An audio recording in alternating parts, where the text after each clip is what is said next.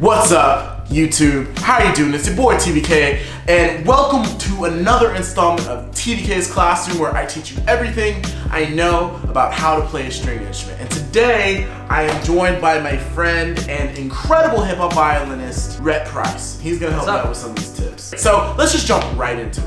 So number one, make sure you stow your instrument in an area that is relatively humid and temperate. Somewhere in the realm of 40 to 60 degrees of humidity is important, so look at your hygrometer. You just want to make sure your instrument is in an optimal environment to make sure your wood is maintained in a very fresh state. And a lot of cases actually have a hygrometer in it, so exactly. You'll know. You'll know. So make sure, and if you have anything like dampits, if you're in a very dry or overly humid environment, use your dampit to make sure you can help keep the humidity in an acceptable range. Number two, make sure that you tune your instrument before you play. Right. Super important to keep the tension consistent among the different strings so your bridge is healthy and everything just fits together.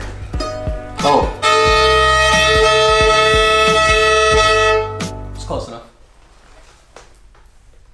Okay. Tip number three, this is super important. Make sure that if your instrument case has a neck strap, that you fasten it in there. It's a great way to take care of your instrument. I cannot tell you how many times with my band case, I'll be walking down the street and then my case will fly open because I've accidentally knocked open one of the flaps. My instrument would have tumbled out without that. You don't want that. You don't want that. It's not healthy to have your instrument tumble out of your case. So definitely take care of your instrument, strap it in, even if it seems trivial, you'll thank yourself and you'll thank me later. Tip number four, another way to maintain the quality of not only your instrument but your sound is to change your strings. Right, yeah. How often do you change yours? I mean, pretty much whenever they break. Like, that's a really good way to tell whenever your string breaks that you should definitely change it. Tip number five, another way to maintain the structure and just the overall health of your instrument is to make sure that your bridge is nice and straight. It's perpendicular to the ground. That's a good way to tell. If you don't do that, you risk your bridge falling and your sound post falling. And you could so crack many your things. instrument. Yeah, there's so many things that can happen. It's not a good idea. Tip number six, super simple. Once you're done playing your instrument, make sure you wipe off your strings and your bow. Yeah, so you get the rosin. If you get the rosin on the violin, it's kind of like a nice cigar. It's like you have a nice patina on it. People will see it, and it's a sign of respect and admiration and love, and they can tell you're really into it, and that it's a sign of quality, really.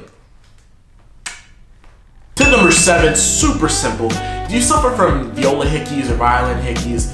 All you gotta do, take a nice soft cloth, silk or whatever, and put it over your chin rest. It really helps reduce the friction. It can help reduce some of the flaring up that you see with viola hickeys. Tip number eight, while we're on the subject of hickeys, it's important to also make sure you maintain good posture, because when you hold your instrument up, it reduces the stress that's and friction that's created at your neck. I've really been getting into that posture a lot. So like when you play, man, I really get into it, and it's like comes out in the music a lot, and just like really get into the posture. You know what I'm saying? No. Tip number nine, and this is relatively optional, but it's something that I think is really important. Get a silk or satin or whatever bag for your instrument to put in the case. What it does is it protects your instrument, your wood, from a lot of different things that may be rolling around in your case. It prevents scratches, it prevents debris from really gunking on it, and it also can help regulate some of the humidity problems that plague the instrument. It's just really great. And a slight plug to my friend, this is not a sponsor, but check out Chloe Trevor. She has a shop on Etsy. She sells personalized bags for violins and violas and stuff. So give her some love. I put the link in the description. And definitely it's a great Christmas present. So think about that. Okay, so last but not least, tip number 10, super simple. Make sure that if you break any excess bow hairs of yours, make sure you take them off. You want to take them off because they can get in the way. I saw James Ennis performing with his quartet when I was in undergrad, and he was performing a virtuosic passage and had broken one of his hairs. So while he's fingering this incredible passage intricately, he catches one of the bow hairs and it messes cool. No, it messed him up. Like that's what did you do to your bow? Yo, let the hair sing, man. Rhett, I brought you in on this channel. I wanted to make sure that I could provide value for my viewers, but this isn't what you're supposed to do. Let the hairs hang. You've been undermining me this whole time, bro. man. I'm gonna have to ask you to leave. Yo, come on, man. Get out, man. Get out. Bro, Get hey. Get the you.